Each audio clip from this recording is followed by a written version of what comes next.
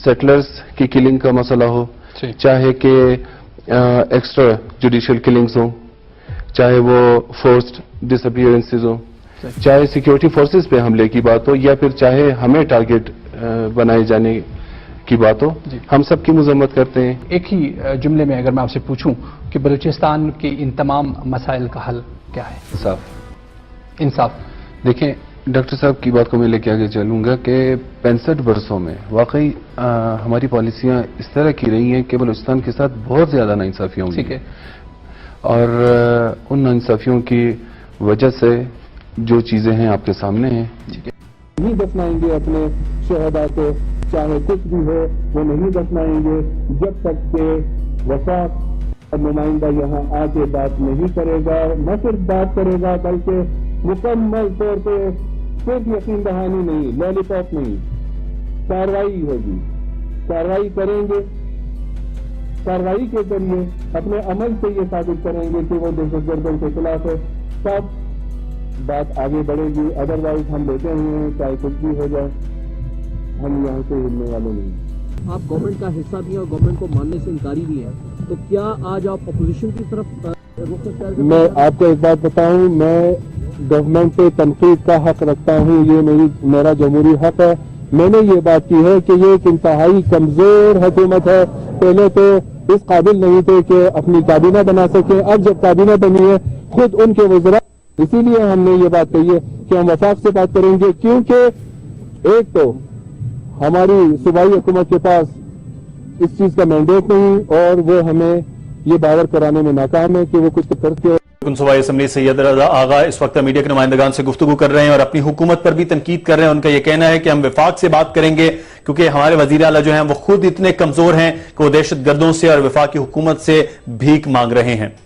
कहा गया कि नामालूम मकाम से इन्होंने टेलीफोन किया। मैं ये पूछना चाह रहा हूँ कि आज के सैटेलाइट इमेज में आया कोई नामालूम मकाम है? जब हम बात करते हैं लॉ एंड ऑर्डर सिचुएशन की, जब हम बात करते हैं रिच ऑफ द गवर्नमेंट की, एंड जब भी हम बात करते हैं गुड गवर्नेंस की, तो एक horrible experience of the past 5 years suddenly strikes our minds कि ना तो रिट ऑफ द गवर्नमेंट नाम की कोई चीज थी, ना ही गुड गवर्नेंस की।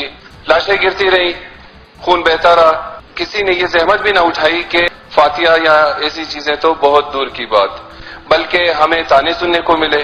अभी भाई ने MP के भाई ने कहा कि बलूचिस्तान का एक मसला फिरकावारियत का है।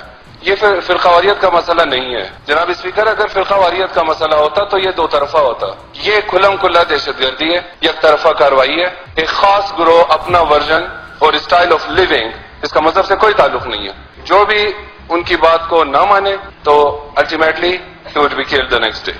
बास कलदम तंजीमों की तरफ से आए दिन ये बयान जारी होता है कि नामालूम मकाम से एक बंदे ने टेलीफोन किया और ये बातें कही। सैटेलाइट के इस दौर में क्या किसी रियासत के लिए नामालूम का लफ्ज या ये इस्तिलाह अजीब मुज़ाहक़ाखेज़ नहीं लगता? एक बात तो तय है कि चाहे कोई भी हो, लश्कर हो, ISIS हो, ISIS या फिर रॉ कहा, तो ये पाकिस्तान के दोस्त तो हो नहीं सकते। पहले दिन से हमारा यही मुतालिबा रहा है हुकूमत से। 1999 से जब से कोयटा के हालात खराब होने शुरू हुए हैं, जब से हमने लाशें उठाना शुरू की हैं, तो हमारा एक ही मुतालिबा था कि इनके कातिल कब पकड़े जाएंगे, पकड़े क्यों नहीं जाते, अगर पकड़े जाने का कोई ड्रामा होता है तो उनको भगा क्यों दिया जाता है। प्राइम मिनिस्टर से मैंने ये सवाल किया था जब वो कोयटा तशरीफ लाए थे पिछले साल। मैंने कहा अगर आप पूरे पाकिस्तानी कौम को कैप्सूल्स में बंद कर दें सिक्योरिटी के नाम पे, even then they are not safe. मिट्टी भर दहशतगर्दों के खिलाफ कार्रवाई नहीं होती, बल्कि शायबा ये मिलता है, ये हमें नजर आता है कि उनकी सरपरस्ती हो रही है।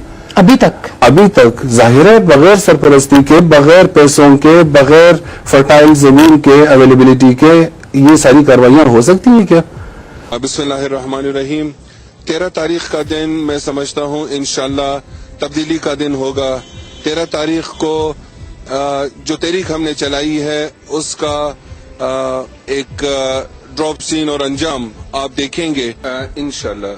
पिछले एक हफ्ते से ये सारी चीजें हो रही हैं और हमने इस्तकामत दिखाई है। अगर बिकना होता, जिन्होंने बिकना होता, وہ کب کے بک چکے ہوتے، لیکن اللہ کے فضل و کرم سے بلوچستان کے ان سارے ممبروں نے، اسمبلی کے ممبران نے، آغا رضا صاحب اب تو اطلاعات آ رہی ہیں کہ ریٹ اب بڑھنا شروع ہو گیا ہے. نہیں، چاہے کہ جتنا بھی بڑھے، کم از کم میں کہوں گا کہ اگر مجھے اربوں روپے کی آفر اور یہ ساری وزارتیں بھی دے دی جائے، میں ٹھوکر مارتا ہوں. مجھے اپنی کانسٹیچوئنسی کے لوگوں کے مفادات عزیز ہیں. میری سیکیورٹی چھین لی گئی، لیکن ان کو یہ نہیں پتا کہ میری قوم کے سارے جوان، میری قوم کے سارے لوگ میرے ساتھ ہیں، میری ایک آواز پر لبیک کہنے کو تیار ہیں. ہمارے اپنے حلقے میں اتنی بے روزگاری ہے، جس طرح سے ہمارا قتل عام ہوا اور پھر اس کے بعد سے ہمارے لیے دروازے بند ہوئے بزنس کے، کام کے مواقع، تو اب صرف لے دے کے یہی ایک رستہ ہے. میں نے اگر آواز اٹھائی ہے تو وہ ناانصافیوں کے خلاف، وہ بلوچستان کے لوگوں اور پھر خصوصاً ناانصافیوں کے خلاف آواز اٹھائی ہے. کہ پچھلی حکومت کیوں گئی ہے؟ کوئی شخصی اور ذاتی ہمارا کوئی انات تو تھا نہیں ان سے. ہمارا یہ کہنا تھا کہ 3-4 لوگوں کے حصار سے آپ نکل آئیے اور پروجیکٹس کی بروقت تکمیل میں، بے روزگاری کے خاتمے میں اور جتنے سارے مسائل درپیش ہیں ہمیں، آپ اس میں ہمارا ساتھ دیں. آپ اپنے ایم پی ایس کو، آپ اپنے وزراء کو، آپ اپنے مشیروں کو کانفیڈنس میں لیں. سب سے پہلے تو جیسے میں نے کہا تھا کہ اتنے بڑے بڑے میگا پروجیکٹس پڑے ہوئے ہیں، ان کی ایگزیکیوشن کا مسئلہ ہے، لا اینڈ آرڈر کا مسئلہ ہے اور پھر بے روزگاری کا مسئلہ.